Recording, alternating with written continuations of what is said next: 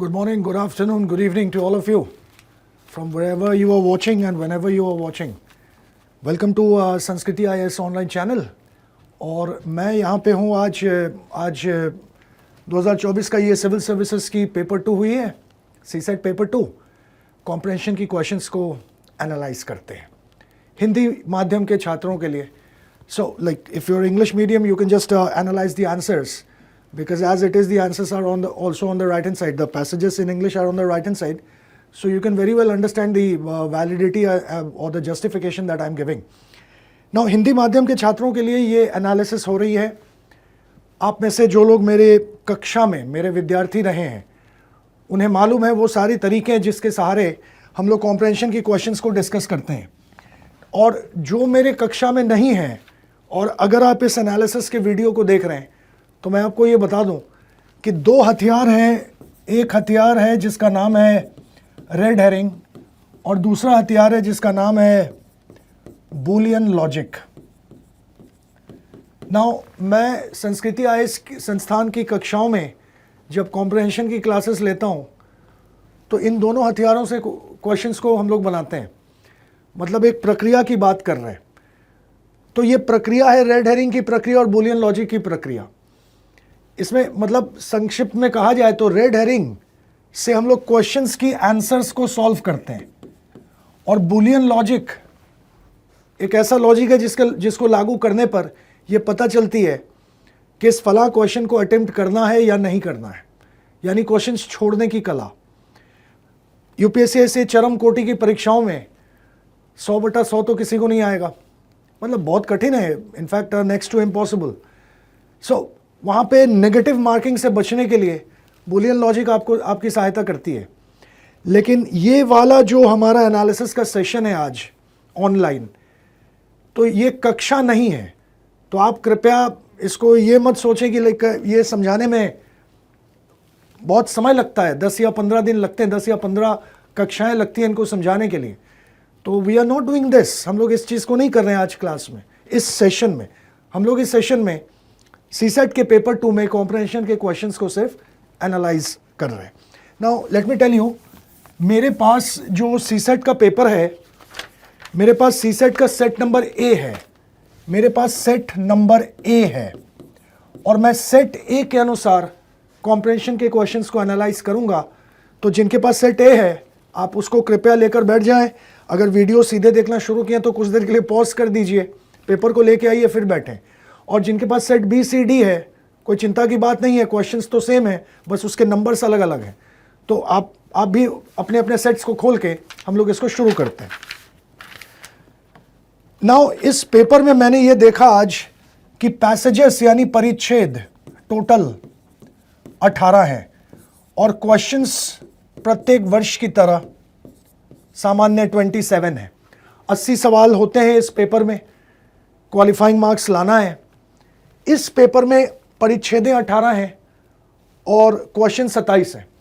कई मैक्सिमम पुराने वर्षों की तरह मैक्सिमम परिच्छेदों के नीचे एक परिच्छेद 1 सवाल है, लेकिन कुछ परिच्छेद में 2-2 सवाल या 3-3 सवालें भी हैं। तो उसी हिसाब से मैंने जब काउंट करा तो प्रत्येक सेट में 18 परिच्छेदें हैं कॉम्प्रहेंशन की, और 27 क्वेश्चंस हैं। आइए सेट नंबर ए, परिच्छेद नंबर 1। परिच्छेद नंबर 1 में अगर आप क्वेश्चन को पढ़ें तो उसमें लिखा हुआ है कि निम्नलिखित में से कौन सा कथन सर्वाधिक तर्कसंगत और विवेकपूर्ण निष्कर्ष, मेन चीज उसमें निष्कर्ष को सर्वोत्तम रूप से दर्शाते हैं, जिन्हें इस परिच्छेद से प्रतिपादित किया जा सकता है। यानी परिच्छेद को पढ़ के हमें निष्कर्ष क्या मिला। परिच्छेद के तीसरे लाइन पर आते हैं। तीसरा लाइन, आरंभिक कृषि उत्पादन से लेकर अंतिम घरेलू उपभोग तक की संपूर्ण आपूर्ति श्रृंखला के दौरान खाद्यान्न की हानि या बर्बादी होती है।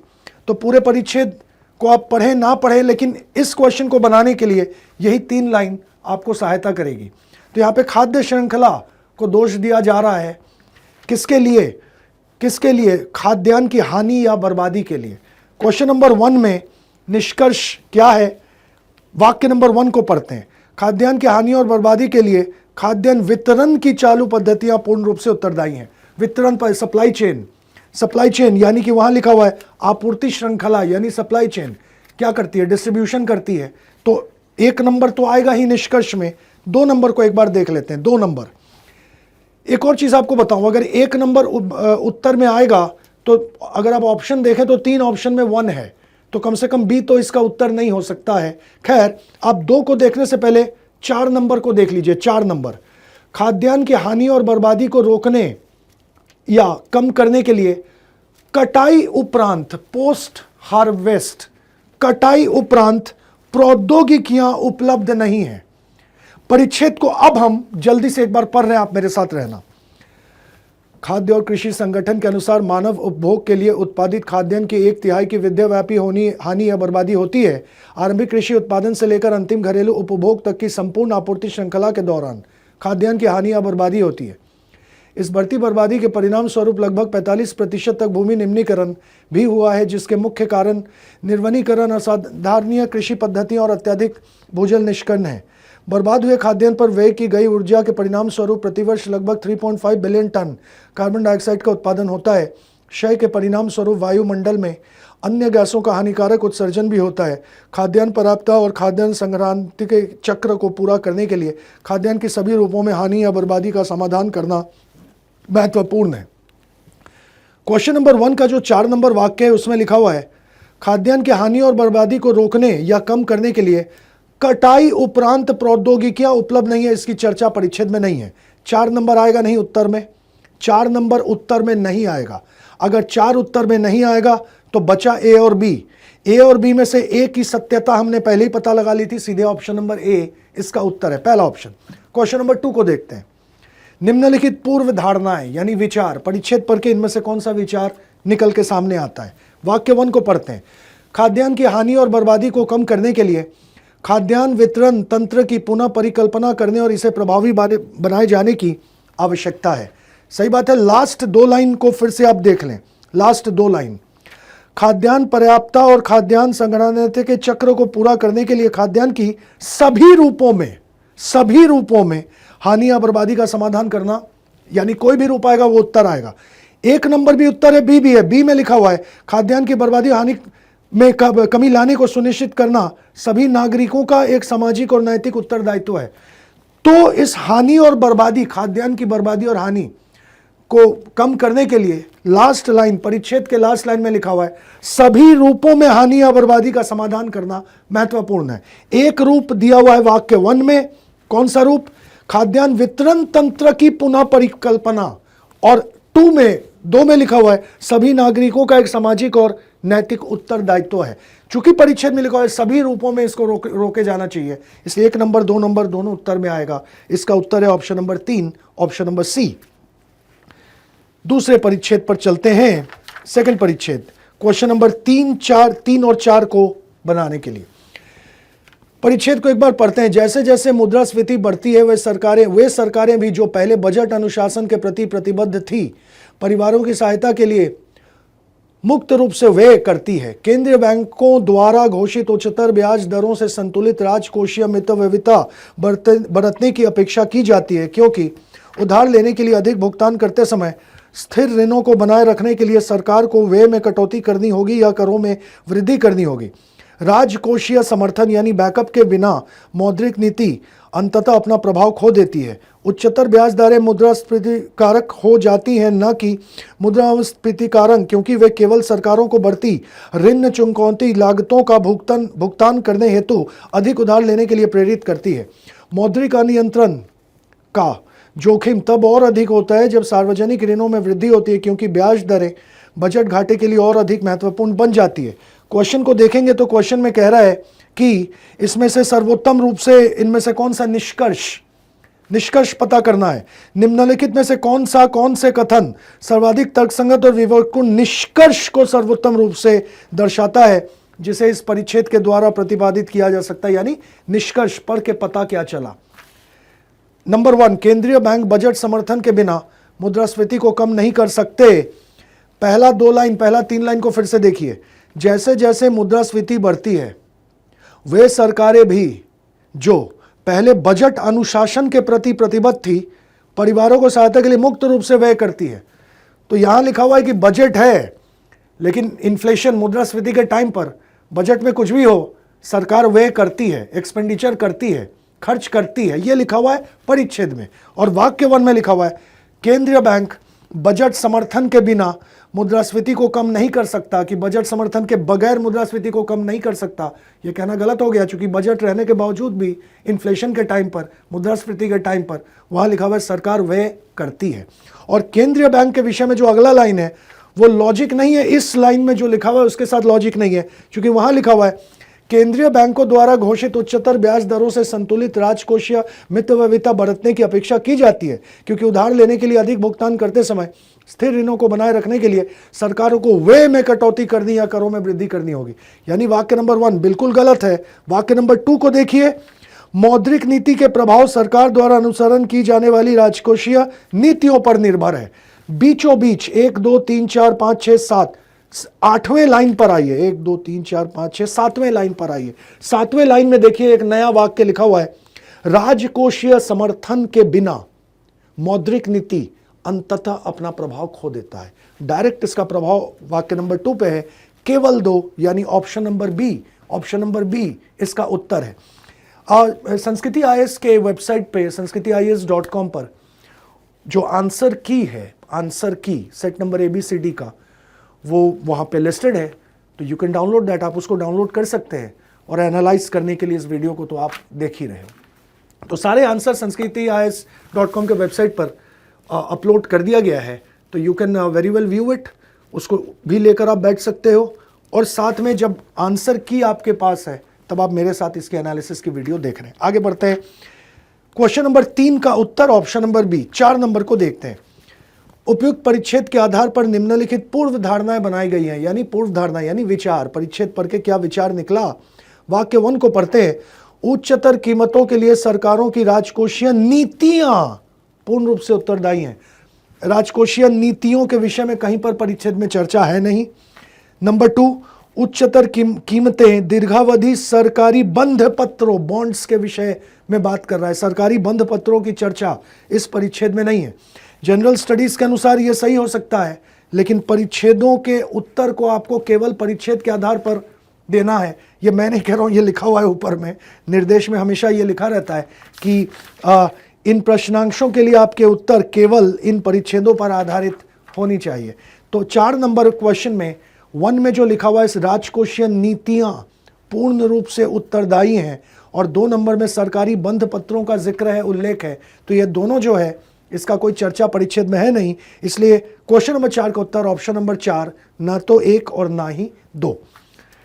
Let's go to the next passage. अगले परिच्छेद में चलते हैं, उसका क्वेश्चन नंबर होगा 11 और 12। 11 नंबर और 12 नंबर क्वेश्चन के लिए परिच्छेद को एक बार पढ़ते हैं। आज यदि हम न्यूयॉर्क, लंदन और पेरिस जैसे शहरों को विश्व के सर्वाधिक प्रतिष्ठित शहर मानते हैं, तो ऐसा इसलिए कि उनकी प्रसीमाओं में एक विशाल तंत्र उपगम, हेवी सिस्टम्स अप्रोच वाली योजनाएं लागू की गई थी। इस तंत्र सिद्धांत का आधार सामाजिक, स्थानिक और सांस्कृतिक आकांक्षाओं को संगणन, सांख्यिकी, इष्टमीकरण का उपयोग करके गणितीय मॉडलों में रूपांतरित करने की प्रक्रिया है, तथा समस्याओं के निरूपण और समाधान करने का एक कलन विधिक तरीका है, एल्गोरिथमिक तरीका है। पश्चिम के आरंभिक विश्वविद्यालयों ने व्यवसायियों को आयोजना में प्रशिक्षित करना आरंभ किया था, और कुछ ऐसे अत्यंत प्रतिभावान आयोजनकारों को जन्म दिया जो इन क्षेत्रों में विशेषज्ञ थे।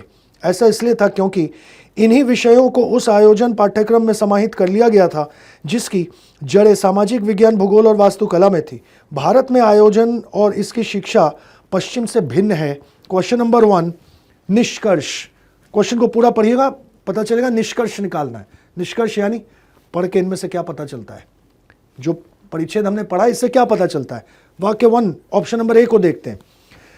नगर आयोजन पाठ्यक्रम की पाठ्य चर्चा में विविध और अंतर विषयक उपागम शामिल होना चाहिए। इस क्वेश्चन का ऑप्शन है, समझ में आया चाहे नहीं है। देखो अभी आप बी को देखिए, बी में लिखा हुआ है भारत में नगर के प्रशासकों में नगर आयोजन और प्रबंधन में औपचारिक प्रशिक्षण का अभाव है। इस बात की चर्चा परिच्छेद में है नहीं, सिर्फ लिखा हुआ है भारत में वो प्लानिंग नहीं होती, भिन्न है जो प्लानिंग उधर होती है उससे भिन्न है। ये नहीं लिखा हुआ है कि नगर आयोजना और प्रबंधन में औपचारिक प्रशिक्षण का अभाव है। नंबर सी को देखिए, भारत में नगरीय क्षेत्रों का प्रबंधन एक स्थानीय मामला है। आगे पढ़ने की भी जरूरत नहीं है, इस बात की चर्चा परिच्छेद में है नहीं। नंबर डी, हमारे नगरीय क्षेत्रों में जनसंख्या का उच्च घनत्व, इस बात की चर्चा परिच्छेद में है नहीं। सीधे ऑप्शन नंबर ए मार्क करिए, आगे बढ़िए। ऑप्शन नंबर ए एलिमिनेशन से ये क्वेश्चन बनेगा। क्वेश्चन नंबर 12 में क्वेश्चन को पढ़िए। उपयुक्त परिच्छेद के आधार पर निम्नलिखित पूर्व धारणा यानी विचार, परिच्छेद पढ़ के इनमें से कौन सा विचार सामने निकल के आता है। 1 में लिखा हुआ है भारत को नगर व्यवसायकों की एक नई पीढ़ी की आवश्यकता है। परिच्छेद के लास्ट लाइन में सिर्फ लिखा हुआ है कि भारत में जो आयोजन होती है और इसकी जो शिक्षा होती है वह पश्चिम से भिन्न है, बस इतना लिखा हुआ है। इससे यह नहीं पता चलता है जो यहां 1 में लिखा हुआ है कि भारत को नगर व्यवसायकों की एक नई पीढ़ी की आवश्यकता है जिसके पास आधुनिक नगर पद्धति का संगत ज्ञान हो, तो यह परिच्छेद में चर्चा नहीं है इसकी। वाक्य नंबर 2, वर्तमान में भारतीय विश्वविद्यालयों में तंत्र उपागम में प्रशिक्षण देने की क्षमता या सामर्थ्य नहीं है या नहीं है, नहीं लिखा हुआ है, सिर्फ लिखा हुआ है भिन्न है, प्रयोजन भिन्न है भारत में पश्चिम की तुलना में। इसका उत्तर ऑप्शन नंबर डी, ना तो 1 ना ही 2, 4 नंबर ऑप्शन नंबर डी इसका उत्तर है। इसके बाद वाले परिच्छेद में, इसके बाद वाला परिच्छेद परिच्छेद नंबर 2 का एक बार रीडिंग लगा लेते हैं। छोटी सी है, एक बार जल्दी से रीडिंग लगाते हैं इसकी। इंटरनेट पर प्रत्येक आवाज एक ही प्रकार के श्रोताओं को नियंत्रित नहीं करती है। जब उच्च पूंजी वाले अनाम निजी संगठन अपने विचारों हेतु अधिक स्थान के लिए भुगतान करते हैं तो वे प्रभावी रूप से अपेक्षाकृत ऊंची आवाज खरीद रहे होते हैं। यदि डिजिटल क्षेत्र में राजनीतिक संवाद निर्वाचन जीतने तक अपने प्रतिद्वंदी को मात देने का मामला है तो राजनीति की गुणवत्ता बुरी तरह प्रभावित होती है। सोशल मीडिया के ध्यान का केंद्र ऐसे विषय वस्तु को बढ़ावा देने तक सीमित है जो अधिकांश प्रयोक्ता संलिप्तता एंजॉयमेंट सृजित करे, भले ही विषय वस्तु कितनी ही भड़काने वाली क्यों ना हो। यानी प्रॉफिट की बात कर रहा है कि जो भी इंटरनेट पर सोशल मीडिया में दे रहा है वो कैसे प्रॉफिट करे और अपना लक्ष्य को कैसे करे। लास्ट लाइन में लिखा हुआ है विषय वस्तु कितना भी भड़काने वाला हो।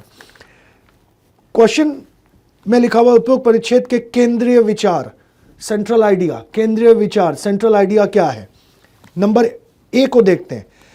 विचारों के एक बाजार के रूप में निर्मित सोशल मीडिया सूचना तक त्वरित पहुंच को सुनिश्चित करता है। सोशल मीडिया सूचना तक त्वरित पहुंच को सुनिश्चित करता है, यह बात हम जानते हैं, बात सच है, लेकिन इस बात की चर्चा परिच्छेद में नहीं है। परिच्छेद का विषय वस्तु कुछ और है। नंबर बी, सोशल मीडिया आदर्श या नैतिक संस्थान नहीं है बल्कि कंपनियों द्वारा लाभ कमाने के लिए निर्मित उत्पाद है। ऑप्शन नंबर बी इसका उत्तर है, क्योंकि सेकंड लाइन, दूसरा लाइन, जब उच्च पूंजी वाले अनाम निजी संगठन अपने विचारों हेतु अधिक स्थान के लिए भुगतान करते हैं तो वे प्रभावी रूप से अपेक्षाकृत ऊंची आवाज खरीद रहे होते हैं, यानी लाभ गेन के लिए यह कार्य होता है। खैर, ए और बी को तुलना करिएगा तो ए से तो बी उत्तर ज्यादा उपयुक्त है। खैर, आप सी को देखिए। सोशल मीडिया का सृजन लोकतंत्र को सशक्त बनाने के लिए, इसकी चर्चा परिच्छेद में है नहीं। नंबर डी, आज के विश्व में सोशल मीडिया सुशिक्षित सामाजिक जीवन के लिए अपार है, इस बात की चर्चा परिच्छेद में नहीं है। यह बात सच हो चाहे झूठ हो, ऑप्शन नंबर सी और डी में जो लिखा हुआ है वो सही हो या गलत हो, इनकी चर्चा परिच्छेद में नहीं है। ऑप्शन नंबर बी, दूसरा ऑप्शन इस क्वेश्चन का उत्तर है। क्वेश्चन नंबर 14, उपयुक्त परिच्छेद के आधार पर पूर्व धारणा, निम्नलिखित पूर्व धारणा क्या विचार निकलता है। वाक्य नंबर 1, इंटरनेट पर्याप्त रूप से समावेशी नहीं है। सही बात है, कितना भी भड़काऊ वाला करे, बस सिर्फ लक्ष्य है पॉलिटिकल पार्टीज को जिताना, जो परिच्छेद में लिखा हुआ है, यानी यह समावेशी नहीं है। इंटरनेट पर्याप्त रूप से समावेशी नहीं है। नंबर 2, इंटरनेट किसी देश में राजनीति की गुणवत्ता को प्रतिकूल रूप से प्रभावित कर सकता है। सही बात है, क्योंकि एकदम साफ साफ लिखा हुआ था 5वें लाइन पर, यदि डिजिटल क्षेत्र में राजनीतिक संवाद निर्वाचन जीतने तक अपने प्रतिद्वंदी को मात देने का मामला है तो राजनीति की गुणवत्ता बुरी तरह प्रभावित होती है, यानी प्रतिकूल रूप से प्रभावित कर सकते हैं इंटरनेट किसी भी देश में राजनीति की गुणवत्ता को। दोनों ऑप्शन, दोनों वाक्य सही है, 1 और 2 दोनों, यानी ऑप्शन नंबर सी, तीसरा ऑप्शन इस क्वेश्चन का उत्तर है। अगले परिच्छेद में चलते हैं। जैसा मैंने कहा, सेट नंबर ए हम लोग कर रहे हैं। सेट नंबर ए, अगले पैसेज क्वेश्चन नंबर 21 का परिच्छेद को एक बार जल्दी से पढ़ते हैं। जब तक बच्चे 8वीं कक्षा में पहुंचते हैं उनमें से अधिकांश 13 वर्ष से 15 वर्ष की आयु सीमा में होते हैं, किंतु हमारे देश में 8वीं कक्षा के सभी बच्चों के लगभग 1/4 को सरल पाठ पढ़ने में कठिनाई होती है और आधे से अधिक बच्चे भाग जैसे मूलभूत अंकगणितीय संक्रियाएं तथापि नहीं कर पाते। प्रारंभिक स्कूल से प्रत्येक वर्ष लगभग 25 मिलियन युवा लड़के और लड़कियां उस जीवन में प्रवेश करते हैं जो अनिवार्य स्कूली शिक्षा के बाद उनके लिए है। वे कम से कम संगठित क्षेत्र के कार्यबल में तो प्रवेश नहीं कर सकते हैं जब तक कि वे 18 वर्ष के नहीं हो जाते। अनेक परिवारों के लिए ये बच्चे स्कूल में इस स्तर तक पहुंचने वाले उनके परिवारों के पहले बच्चे होते हैं। माता पिता और बच्चे अपेक्षा करते हैं कि स्कूल से निकले ऐसे स्नातक, ग्रेजुएट, हाई स्कूल और कॉलेज तक जाएंगे। शायद ही कोई वापस कृषि में जाना चाहेगा। दूसरी ओर शैक्षिक सामर्थ्य के संदर्भ में उनकी योग्यताएं कक्षा 8 की पाठ्यक्रम अपेक्षाओं के आधार पर भी जितनी होनी चाहिए उससे बहुत निम्न होती है। क्वेश्चन नंबर 21, पूर्व धारणा निकालना है। विचार पढ़ के कौन सा आइडिया निकलता है, इनमें से कौन सा विचार निकलता है? वाक्य 1, प्रभावी स्कूली शिक्षा के लिए सरकारों की तुलना में माता पिताओं की भूमिका अधिक है। माता पिताओं की भूमिका के विषय में परिच्छेद में चर्चा नहीं है, इसको तो पहले हटाइए। वाक्य नंबर 2 को पढ़ते हैं। ऐसा स्कूली पाठ्यक्रम जो आज की अपेक्षाओं के अनुरूप हो और पूरे देश के लिए एक समान हो, प्रकट की गई समस्याओं का समाधान कर सकता है। पूरा परिच्छेद से यही पता चलता है, डायरेक्ट ऑप्शन है। ऑप्शन नंबर बी केवल 2 इस क्वेश्चन का उत्तर है। क्वेश्चन नंबर 22 भी इसी परिच्छेद पर आधारित है, इसको देखते हैं। क्वेश्चन को पढ़ते हैं। निम्नलिखित में से कौन सा कथन इस परिच्छेद द्वारा संप्रेषित केंद्रीय विचार को सर्वोत्तम रूप से दर्शाता है? विचार, केंद्रीय विचार, पढ़ के इनमें से कौन सा विचार निकलता है? ऑप्शन नंबर ए, देश में गरीबी के संपूर्ण उन्मूलन।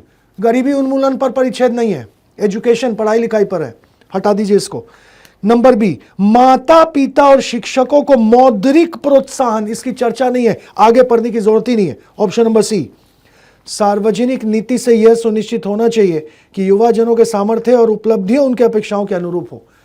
पहला 3 ऑप्शन में से परिच्छेद के विषय वस्तु के अनुसार ऑप्शन नंबर सी होगा कि नहीं होगा? खैर, डी को इसके साथ तुलना करते। डी, जब तक कुछ स्कूल उत्तीर्ण बच्चे कृषि में वापस नहीं जाएंगे, भारत जनसांख्यिकीय लाभांश, डेमोग्राफिक डिविडेंड, जनसांख्यिकीय लाभांश का चर्चा परिच्छेद में है ही नहीं। सीधे कितनी जल्दी इन क्वेश्चंस को बनाते हो आप, सवाल वो उठता है। मैथ्स के क्वेश्चन से, रीजनिंग के क्वेश्चन से सिर्फ 120 मिनट 2 घंटे का एग्जाम है। 18 परिच्छेदें हैं, 27 सवालें हैं। 40 मिनट 2 घंटा का एग्जाम, 120 मिनट। अगर औसतन अगर आप लेते हो, औसत मैथ्स, रीजनिंग और कॉम्प्रहेंशन में, तो 40 मिनट से अधिक नहीं मिलता है। 40 मिनट का मतलब है कि प्रत्येक क्वेश्चन में 1.5 मिनट, 1.5 मिनट के अंदर में उस परिच्छेद को भी पढ़ना है, समझना है। भारत के उच्च स्तर का एग्जाम है। The bureaucrats are running the show, the bureaucrats are running the country. नौकरशाह इस देश को चला रहे हैं, आप भी जानते हो, मैं भी जानता हूं। और उस नौकरशाह को बनने के लिए कठिनाई का स्तर ऐसा तो होगा, बिल्कुल होगा, कि एक डिस्ट्रिक्ट मजिस्ट्रेट जो बन रहा है या फाइनेंस डिपार्टमेंट में जो काम कर रहा है, आईएएस ऑफिसर, या जो आईपीएस ऑफिसर है, या देश को जो रिप्रेजेंट कर रहा है यूरोप में, अमेरिका में, पूरे विश्व में, उनकी अंडरस्टैंडिंग की स्पीड, उनकी समझ की स्पीड, अंडरस्टैंडिंग, कॉम्प्रहेंशन, समझने की स्पीड अधिक होनी चाहिए। इसलिए परिच्छेदें 2 या 3 नहीं होती हैं, परिच्छेदें 18 होती हैं। इस बार तो परिच्छेद कम है। पुराने वर्ष के पेपर आप देखो, पिछले ही साल 24 या 25 परिच्छेदें थी। क्वेश्चंस तो 27 ही रहेंगी, क्योंकि 80 सवाल है, 80 को 3 से डिवाइड करोगे, मोटा मोटी 26 या 27 सवालें रहेंगी। परिच्छेदों की संख्या अलग अलग हो जाती है। खैर, आगे बढ़ते हैं परिच्छेद नंबर, अगले वाले परिच्छेद में, यानी अगला वाला परिच्छेद क्वेश्चन नंबर 23 को बनाने के लिए जो परिच्छेद है उसको एक बार पढ़ लेते हैं। अब हम यह मान लेते हैं कि विज्ञान का एक सामाजिक उत्तरदायित्व है। यह विचार न्यूटन या गैलीलियो के मन में नहीं आया होगा। उन्होंने विज्ञान को जगत के एक विवरण के रूप में माना जैसा कि यह है, और उन्होंने जिस एकमात्र उत्तरदायित्व को स्वीकार किया वह था सत्य को प्रकट करना। यह विचार आधुनिक है कि विज्ञान एक सामाजिक उद्यम है और यह औद्योगिक क्रांति से प्रारंभ होता है। हम आश्चर्यचकित हैं कि हम सामाजिक बोध को और अधिक अतीत में नहीं खोज सकते, क्योंकि हम यह भ्रम पालते हैं कि औद्योगिक क्रांति ने एक स्वर्ण युग का अंत कर दिया है। क्वेश्चन नंबर 23, निम्नलिखित में से कौन सा कथन विज्ञान के विषय में लेखक की सोच को सर्वोत्तम रूप से दर्शाता है। विज्ञान के विषय में लेखक की सोच क्या है? इन चार में से कौन सा लेखक का सोच है विज्ञान के विषय में? ए में लिखा हुआ है विज्ञान को वैज्ञानिकों की प्रतिबद्धता को अवश्य महत्व देना चाहिए। विज्ञान को वैज्ञानिकों की प्रतिबद्धता को महत्व देना चाहिए, इस बात की चर्चा ही नहीं है। लेखक का विचार कैसे होगा? जो चीज परिच्छेद में है ही नहीं वो कम से कम लेखक का विचार तो होगा नहीं। नंबर बी, विज्ञान सभ्य समाज, विज्ञान सभ्य समाज का एक उत्पाद है। आगे पढ़ने की भी जरूरत नहीं, इसकी चर्चा ही नहीं है परिच्छेद में। नंबर सी, विज्ञान में हुई प्रगतियों के द्वारा ही औद्योगिक क्रांति संभव हो पाई है। और अंतिम लाइन में लिखा हुआ है हम ये भ्रम पालते हैं कि औद्योगिक क्रांति ने एक स्वर्ण युग का अंत कर दिया है। वहां यह लिखा हुआ है, यहां कुछ और लिखा हुआ है। यहां लिखा हुआ है विज्ञान में हुई प्रगतियों के द्वारा ही औद्योगिक क्रांति संभव हो पाई है। जनरल स्टडीज के अनुसार यह बात सही हो सकता है, परिच्छेद में इस बात की चर्चा नहीं है। खैर आप डी को देखिए, विज्ञान को सत्य का अनुसरण अवश्य करना चाहिए किंतु सामाजिक कल्याण के लिए भी उत्तरदायी होना चाहिए। पहला लाइन अब हम ये मान लेते हैं कि विज्ञान का एक सामाजिक उत्तरदायित्व है। अब हम मान लेते हैं, उसके बाद लिखा हुआ है न्यूटन और गैलीलियो इस बात को नहीं मानता था, लेकिन उसके बाद लिखा हुआ है कि उन्होंने जिस एकमात्र उत्तरदायित्व को स्वीकार किया हुआ था सत्य को प्रकट करना। यानी विज्ञान का लक्ष्य सत्य को भी दिखाना है और साथ में सामाजिक उत्तरदायी भी होना चाहिए। ऑप्शन नंबर डी, विज्ञान को सत्य का अनुसरण अवश्य करना चाहिए किंतु सामाजिक कल्याण के लिए उत्तरदायी भी होना चाहिए। दोनों पहलू को जो परिच्छेद में हूबहू लिखा हुआ है उसको कैरी फॉरवर्ड कर रहा है। Option number 4, option number D. Question number 23, option number D. अगले परिच्छेद में चलते हैं, यानी क्वेश्चन नंबर 31 और 32 को बनाने के लिए एक परिच्छेद है। इस परिच्छेद में दो सवाल हैं, क्वेश्चन नंबर 31 और क्वेश्चन नंबर 32। परिच्छेद को पढ़ते हैं। विज्ञान का इतिहास मानव जाति का वास्तविक इतिहास है।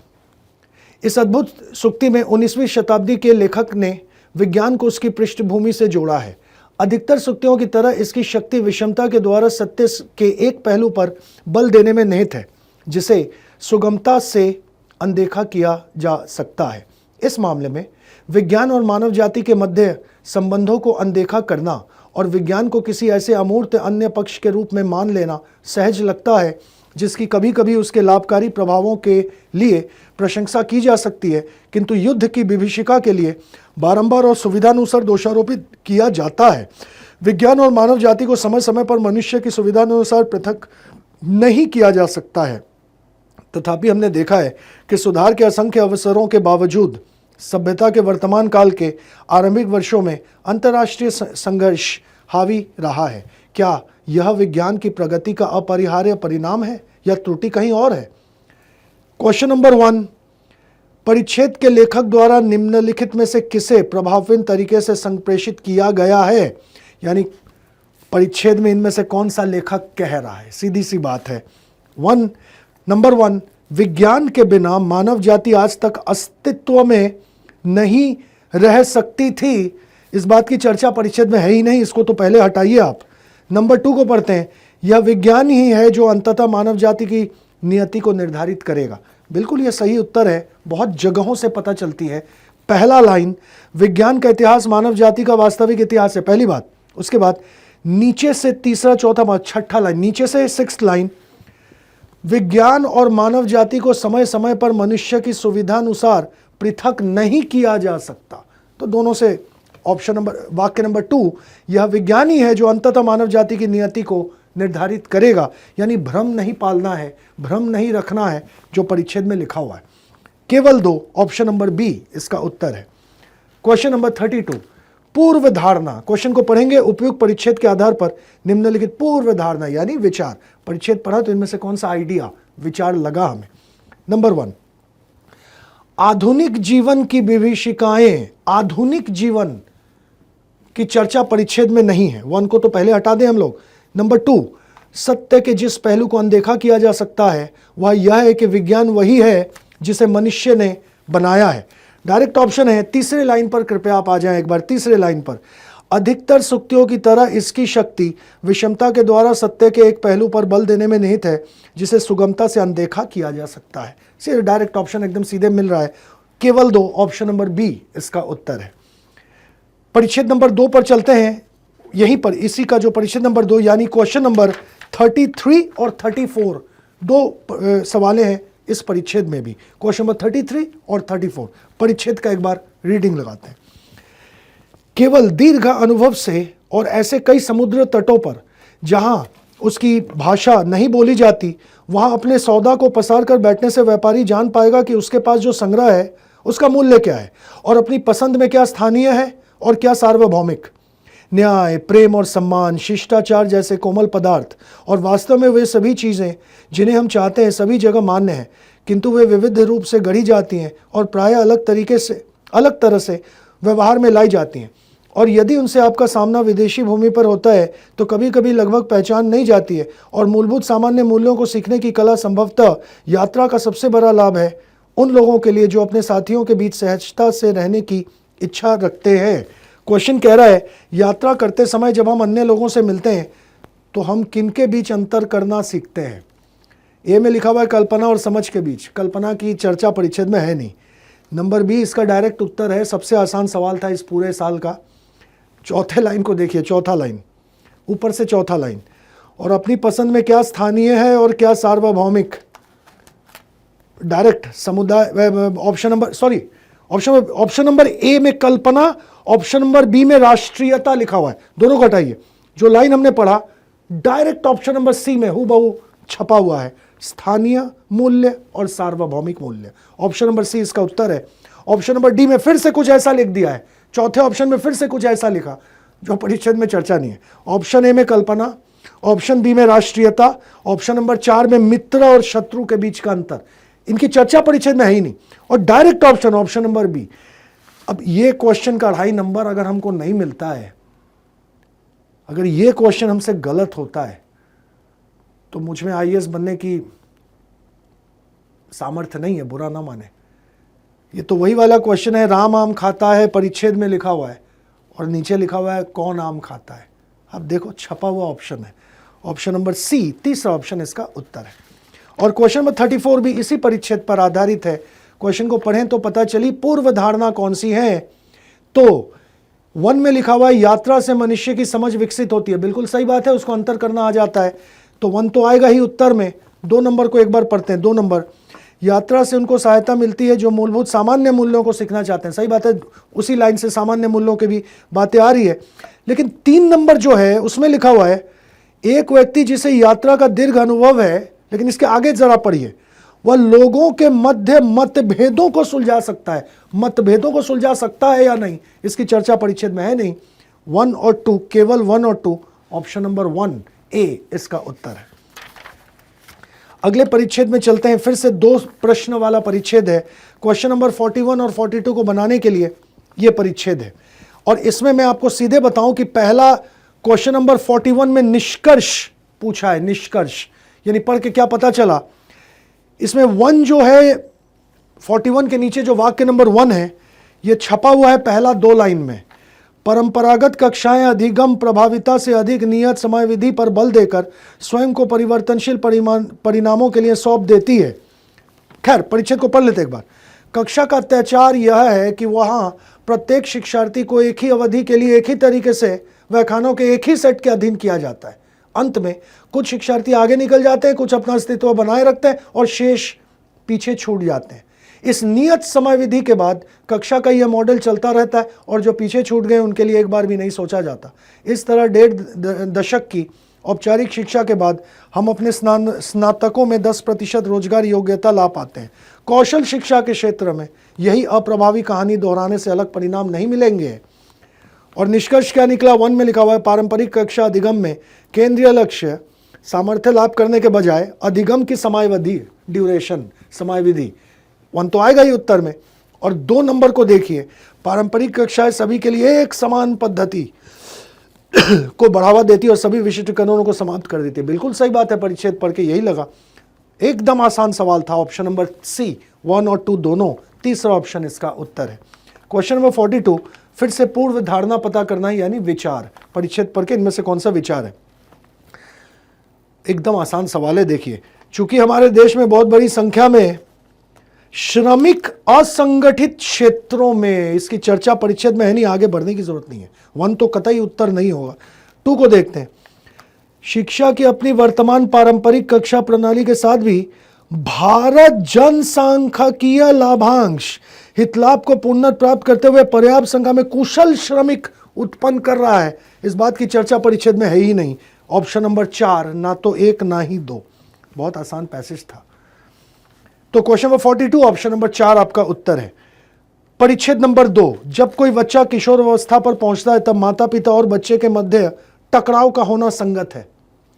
चूंकि बच्चा स्वयं को अपने मामले सुलझाने में सक्षम समझने लगता है, जबकि माता पिता अपने अभिभावकीय व्याकुलता से भरे होते हैं, जो प्रायः अधिकार प्रेम के लिए भेष होता है। अधिकार है लेकिन प्रेम के लिए भेष होता है। माता पिता सामान्यतः मानते हैं कि किशोर अवस्था में उत्पन्न होने वाली विविध नैतिक समस्याएं विशेष रूप से उनके अधिकार क्षेत्र है। यद्यपि उनके द्वारा सुझाए गए विकल्प इतने अधिक सैद्धांतिक यानी डॉगमेटिक होते हैं कि युवा शायद ही उनमें भरोसा रख पाते हैं और वे प्रायः गोपनीय रूप से अपने खोजे हुए मार्ग पर चले जाते हैं। क्वेश्चन नंबर 43 और 44। क्वेश्चन नंबर 43, पूर्व धारणा नंबर 1, किशोर अपने माता पिता के साथ सहज अनुभव नहीं करता है। सही बात है, क्योंकि माता पिता अधिकार में रखने वाले हठधर्मी होते हैं। सही बात है, अधिकार को वो अधिकार को प्रेम के छद्म में रखते हैं। ये परिच्छेद में लिखा हुआ था। 1 तो आएगा ही उत्तर में। 2 नंबर में लिखा हुआ है आधुनिक समय के किशोर में माता पिता के प्रति अधिक श्रद्धा नहीं है। इस बात की चर्चा परिच्छेद में नहीं है। केवल 1 ऑप्शन नंबर ए इसका उत्तर है। क्वेश्चन नंबर 44, विचार उपयुक्त परिच्छेद के केंद्रीय विचार को सर्वोत्तम रूप से इनमें से कौन सा दर्शाता है। परिच्छेद का सेंट्रल आइडिया केंद्रीय विचार। नंबर 1 को पढ़ते हैं। जब बच्चे वयस्क होने की अपनी राह पर होते हैं, माता पिता सामान्यतः अधिक सहायता नहीं कर सकते हैं। सही बात है, उसी का कारण सब दे रहा था कि माता पिता जो कहते हैं वो सैद्धांतिक डॉगमेटिक होता है, बच्चे उसको नहीं लेते, अपने गोपनीय मार्ग पर अपने से निकल जाते हैं। यानी ए बिल्कुल सपोर्ट कर रहा है। खैर, इसकी तुलना बी के साथ करते हैं। नंबर बी में लिखा हुआ है जब बच्चे किशोर अवस्था में पहुंचते हैं, उनके जीवन में माता पिता का हस्तक्षेप अनावश्यक है। अनावश्यक थोड़ा हल्का ऑप्शन होगा। माता पिता क्यों सक्षम नहीं है, यह विचार वस्तु था परिच्छेद का।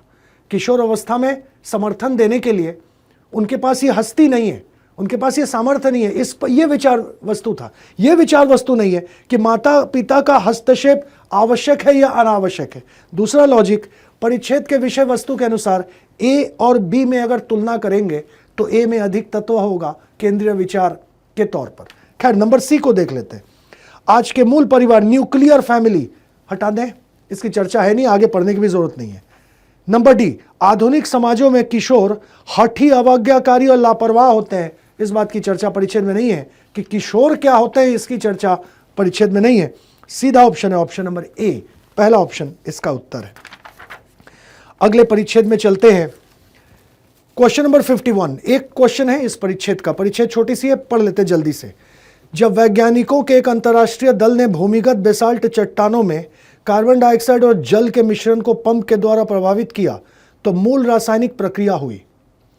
अम्लीय मिश्रण ने चट्टानों में विद्यमान कैल्शियम और मैग्नीशियम को घोल दिया और चूना पत्थर का निर्माण हुआ। वैज्ञानिकों ने जोर देकर कहा कि मूल रूप से कार्बन डाइऑक्साइड चट्टान में परिवर्तित हो जाती है। क्वेश्चन नंबर 51, सुझाव। निम्नलिखित कथनों में से कौन सा परिच्छेद में अंतर्निहित सर्वाधिक तर्कसंगत, विवेकपूर्ण और व्यवहारिक सुझाव को सर्वोत्तम रूप से दर्शाती है। क्या सुझाव क्या है, यानी परिच्छेद इनमें से कौन सा आइडिया सुझाव दे रहा है। नंबर 1, यह भवन निर्माण प्रयोजन। आगे पढ़ने की जरूरत है, परीक्षा हॉल के अंदर समय कहां रहेगा, इसकी चर्चा परिच्छेद में है ही नहीं। ए को हटा दिया हम लोगों ने। बी, इसका उपयोग कार्बन प्रच्छादन की एक विधि के रूप में, कार्बन प्रच्छादन के विषय में परिच्छेद में चर्चा है ही नहीं। नंबर सी, इस विधि के द्वारा बेसाल्ट चट्टान को कैल्शियम और मैग्नीशियम खनिजों का एक अच्छा स्रोत बनाया जा सकता है। वहां लिखा हुआ है कैल्शियम और मैग्नीशियम को घोल दिया जाता है, उसके बाद चूना पत्थर का निर्माण होता है। और यहां ऑप्शन नंबर सी में लिखा हुआ है कि कैल्शियम और मैग्नीशियम खनिजों का स्रोत बनाया जा सकता है। बिल्कुल उल्टी बात है, सी भी उत्तर नहीं है, डी ही उत्तर है। इसको पढ़ लीजिए। कार्बन डाइऑक्साइड और जल को मिश्रित कर उत्तम चट्टान विलायक अम्ल का उत्पादन किया जा सकता है। सही बात है, रॉक डिसॉल्विंग, सीधा वही जो चूना पत्थर का निर्माण होता है। क्वेश्चन नंबर 51 का उत्तर ऑप्शन नंबर डी, चौथा ऑप्शन इसका उत्तर है। अगले परिच्छेद में भी मेरे ख्याल से 52, यस, ओनली वन क्वेश्चन, एक क्वेश्चन वाला परिच्छेद है, पढ़ लेते हैं। भूगोल देवताओं ने महासागर के रंग के 175 उपग्रह चित्रों विश्लेषण किया, जो महासागर की सतह पर बायोप्लन यानी फाइटोप्लैंक्टन उत्पादकता का एक सूचक है, और यह पाया कि विशाल प्लावी हिमशैल यानी आइसबर्ग दक्षिण महासागर में कार्बन के 20% तक भंडारण के लिए उत्तरदायी हैं। शोधकर्ताओं ने पता लगाया कि विशाल प्लावी हिमशैलों से पिघला हुआ जल, जिसमें लौह और अन्य पोषक तत्व होते हैं, अब तक अप्रत्याशित रूप से उच्च स्तरीय पादप प्लवक वृद्धि में सहायता होता है। क्वेश्चन नंबर 52, पूर्व धारणा। क्वेश्चन को पढ़ेंगे, पता चलेगी विचार, पूर्व धारणा। नंबर 1, विशाल प्लावी हिमशैल दक्षिण महासागर की प्राथमिक उत्पादकता और खाद्य श्रृंखलाओं पर प्रभाव डालते हैं। फाइटोप्लैंक्टन का चर्चा है दक्षिण महासागर में, तो विशाल प्लावी हिमशैल यानी आइसबर्ग जरूर करता है, प्राथमिक उत्पादकता और खाद्य श्रृंखलाओं पर प्रभाव डालता है। चूंकि परिच्छेद में साफ साफ लिखा हुआ है कि फाइटोप्लैंक्टन यानी पादप प्लवक उत्पादकता का एक सूचक है, और यह दक्षिण महासागर में हो रहा है आइसबर्ग विशाल प्लावी हिमशैल के द्वारा। अगले लाइन में लिखा हुआ है, यानी एक नंबर तो विचार है ही। नंबर 2 को देखते हैं। विशाल प्लावी हिमशैलों के पिघलने से जलवायु परिवर्तन प्रभाव उत्पन्न हो सकते हैं और विश्व मत्स्य उद्योग प्रभावित है। मत्स्य उद्योग की चर्चा है नहीं, विचार हो नहीं सकता है। क्वेश्चन नंबर 52, ऑप्शन नंबर 1, केवल 1, एक नंबर इसका उत्तर है। अगले परिच्छेद में चलते हैं। अगले परिच्छेद में सिर्फ फिर से एक सवाल है, क्वेश्चन नंबर 53 के लिए परिच्छेद है, इसको पढ़ते हैं। विकास की प्रक्रिया ने मक्का से पोषित होने वाली इल्लियों यानी कैटरपिलर को एक अद्वितीय क्षमता प्रदान की है। वे पौधे को कीट परभक्षियों के विरुद्ध उसकी प्रतिरक्षा को निष्क्रिय करने के लिए प्रेरित कर सकती है। इससे इल्लियों को अधिक खाने और तेजी से वृद्धि करने में सहायता मिलती है। इस प्रभाव को उत्पन्न करने वाला कारक इल्ली का मल या कीटमल है। यह खोज कवक अथवा जीवाणु जैसे रोगजनक के प्रति पौधे की अनुक्रिया से संबंध यौगिकों पर प्रकाश डाल सकती है। क्वेश्चन ने कहा संदेश, सर्वाधिक तर्कसंगत, विवेकपूर्ण और व्यवहारिक संदेश, मैसेज क्या है? परिच्छेद इनमें से कौन सा संदेश दे रहा है? ए, किसान अपने खेतों में इल्लियों का उपयोग खरपतवार खाने के लिए कर सकते हैं। परिच्छेद में लिखा हुआ वो सिर्फ मक्का खाता है, कोई भी खरपतवार खाने के लिए कर नहीं सकते हैं इल्लियों। परिच्छेद में क्या लिखा हुआ है? पहला 2 लाइन, मक्का से पोषित होने वाली इल्लियों को एक अद्वितीय क्षमता प्रदान की गई है। तो इसका यह नहीं है कि किसान अपने खेतों में इल्लियों का उपयोग खरपतवार खाने के लिए कर सकते हैं, बिल्कुल गलत, उल्टी बात लिखी हुई है।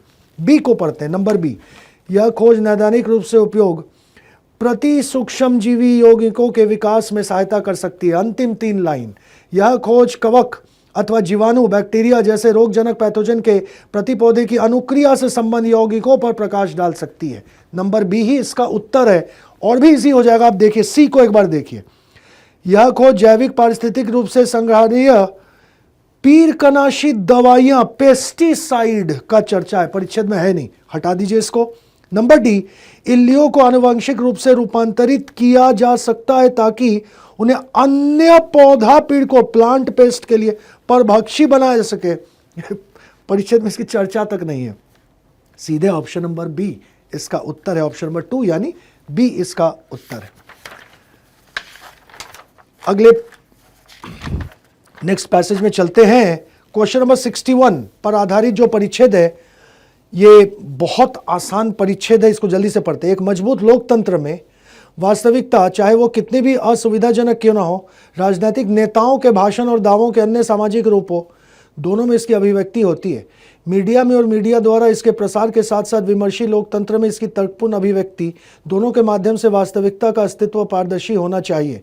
एक आदर्श रूप से जिम्मेदार मीडिया पर अपने संचार प्रभाव के माध्यम से वास्तविकता की अंतर्वस्तु को बिना विकृत किए प्रसारित करने की जिम्मेदारी होती है।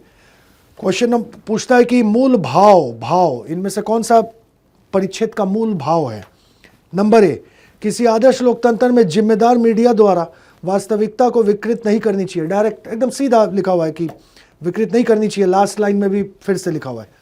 नंबर बी, मिथ्या समाचार आदर्श लोकतंत्र के जीवन में अंतर्निहित प्रतीत होता है। नंबर ए में अधिक विषय वस्तु है, ए और बी में तुलना करेंगे तो बी का कोई लॉजिक है नहीं ए के सामने। बी में लिखा हुआ है मिथ्या समाचार आदर्श लोकतंत्र के जीवन में अंतर्निहित प्रतीत होता है। नंबर सी, एक आदर्श लोकतंत्र में अभिव्यक्ति की स्वतंत्रता, आगे पढ़ने की जरूरत नहीं है, परिच्छेद में अभिव्यक्ति की स्वतंत्रता नहीं लिखा हुआ है, परिच्छेद में लिखा हुआ है मीडिया की स्वतंत्रता, इसलिए ये इलॉजिकल है, परिच्छेद में इसकी चर्चा नहीं है। नंबर डी, एक आदर्श लोकतंत्र में गैर जिम्मेदार मीडिया और राजनीतिक नेताओं को प्रभावी ढंग से नियंत्रित नहीं किया जा सकता। उन्हें नियंत्रित किया जा सकता, नियंत्रण के विषय में कोई बात ही नहीं है, किया जा सकता है कि नहीं किया जा सकता है, दोनों की चर्चा परिच्छेद में नहीं है। नंबर ए डायरेक्ट ऑप्शन है, बहुत इजी क्वेश्चन था ये। परिच्छेद, इसके अगले परिच्छेद क्वेश्चन नंबर 62 के लिए जो परिच्छेद है एक ही क्वेश्चन है। आजकल अंतर संबंध यानी इंटरकनेक्टेड घरेलू उपकरणों का उपयोग करने का चलन बढ़ रहा है। जैसे जैसे उपभोक्ता अपने घरों में नेटवर्क बढ़ाते जा रहे हैं, संबंध यानी कनेक्टेड घरेलू उपकरणों के निर्माता और सेवा प्रदाता घर को एक कॉरपोरेट स्टोर फ्रंट में बदलने के लिए हमारे अधिकांश व्यक्तिगत डेटा को हमारी सहमति से या सहमति के बिना एकत्रित करके लाभ के कम मार्जिन की प्रतिपूर्ण करना चाहेंगे। कॉरपोरेट विक्रेताओं के पास उपकरण स्वामियों की क्रय आवश्यकता और प्राथमिकताओं को समझने के लिए उपभोक्ता व्यवहार का अवलोकन करने हेतु प्रभावशाली प्रोत्साहन होंगे। क्वेश्चन कहता है संदेश, परिच्छेद का संदेश क्या है?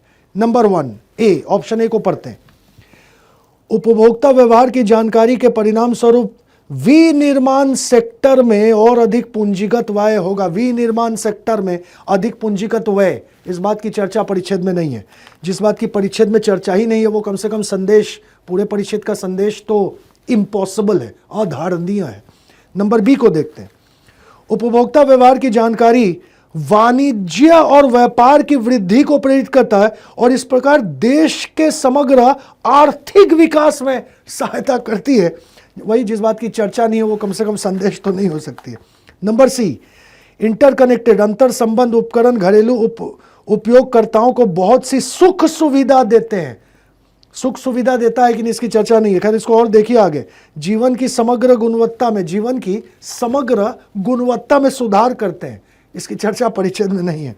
ऑप्शन डी डायरेक्ट ऑप्शन है, एक बार पढ़ लीजिए, एलिमिनेशन से तो बन ही गया लेकिन एक बार देख लेते हैं। अंतर संबंध उपकरणों को सुरक्षा जोखिम हो सकती है और घरेलू उपयोगिताओं को निजता जोखिम हो सकती है। डेटा चुरा रहा है ना तो जोखिम होगा ना, डायरेक्ट ऑप्शन है, ऑप्शन नंबर डी, चौथा ऑप्शन इसका उत्तर है। अगले परिच्छेद यानी क्वेश्चन नंबर 63, एक ही क्वेश्चन नंबर 63 के परिच्छेद को पढ़ते हैं। हरित विकास यानी ग्रीन ग्रोथ, हरित विकास में पर्यावरणीय संग्रहणीयता और गरीब एवं आरक्षित वर्गों के लिए उपलब्ध पर्यावरणीय संसाधनों पर पड़ने वाले प्रभावों के संबंध में विकास रणनीतियों पर पुनर्विचार करना शामिल है। विकास पर पुनर्विचार करते समय हमें संसाधनों की कमी वाले विश्व की वर्तमान वास्तविकता पर ध्यान केंद्रित करने की आवश्यकता है। यदि हमें आर्थिक गतिरोध या ऐसे विश्व से बचना है जिसमें गरीबी के सागर में केवल एक छोटा सा अभिजात वर्ग ही समृद्धि का आनंद लेने में सक्षम है, तो संसाधन गहन और विशेष रूप से ऊर्जा गहन प्रक्रियाओं को अधिक दक्ष और संसाधन मितव्ययी विकास रणनीतियों के लिए स्थान बनाना होगा। क्वेश्चन, मूल भाव, इनमें से कौन सा मेन भाव है परिच्छेद का? नंबर ए, पर्यावरणीय संग्रहणीयता, जीडीपी में वृद्धि, चर्चा नहीं है, हटा दीजिए। नंबर बी, तीव्र आर्थिक विकास और परिणामी पर्यावरणीय निम्नीकरण के बिना गरीबी उन्मूलन, चर्चा नहीं है। नंबर सी, स्थिर, पर्याप्त और समावेशी विकास प्राप्त करने के लिए उच्च पर्यावरण मानकों को बनाए रखना अब एक पूर्वापेक्षा है। सही बात है, ए, बी और सी में से सी में मूल भाव है, ए और बी की तो चर्चा ही नहीं है। खैर डी को देखते हैं। नंबर डी, आज के विश्व की बृहत जनसंख्या, व्यापक गरीबी, सीमित संसाधन, इसकी चर्चा तक परिच्छेद में नहीं है, डायरेक्ट ऑप्शन है, ऑप्शन नंबर सी। मुद्दा ये नहीं है कि ये आसान है, मुद्दा है कि कितने समय में हम इसको बनाते हैं। 27 सवाल, 18 परिच्छेद, 40 मिनट, 45 मिनट, 50 मिनट, 120 मिनट 2 घंटे के एग्जाम में कॉम्प्रहेंशन के इन 27 सवालों को बनाने के लिए 40 मिनट 45 मिनट से अधिक क्या देंगे आप?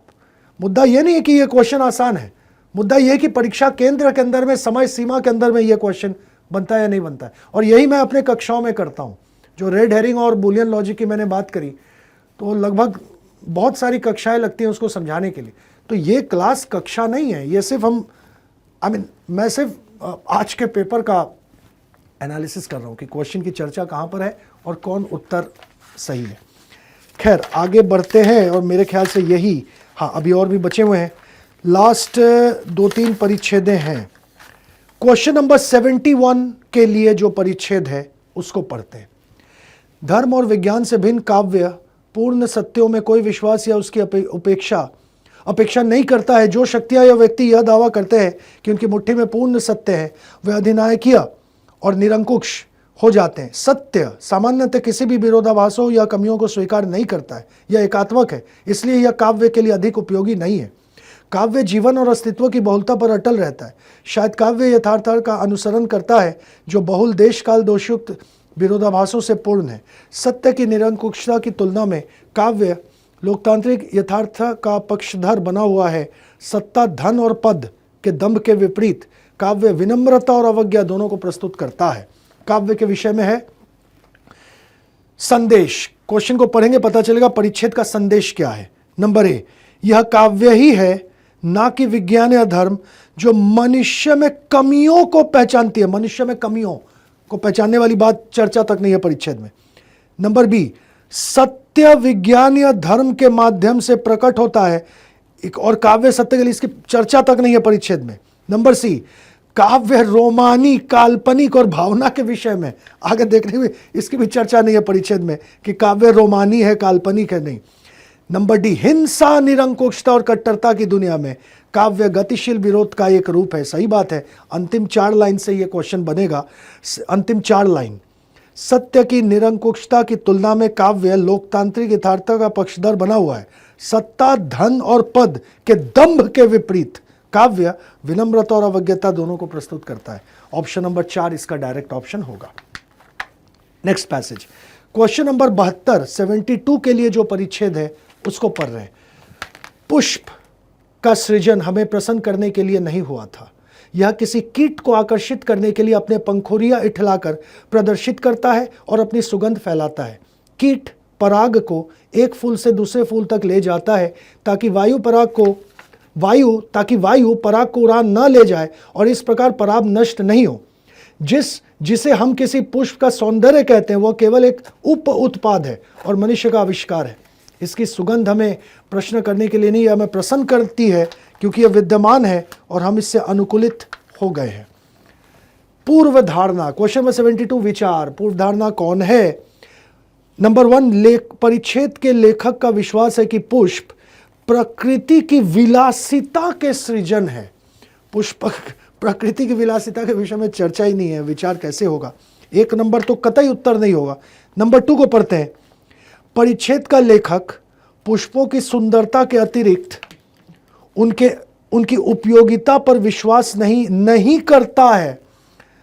पुष्प की सुंदरता के अतिरिक्त उनकी उपयोगिता पर विश्वास नहीं करता है।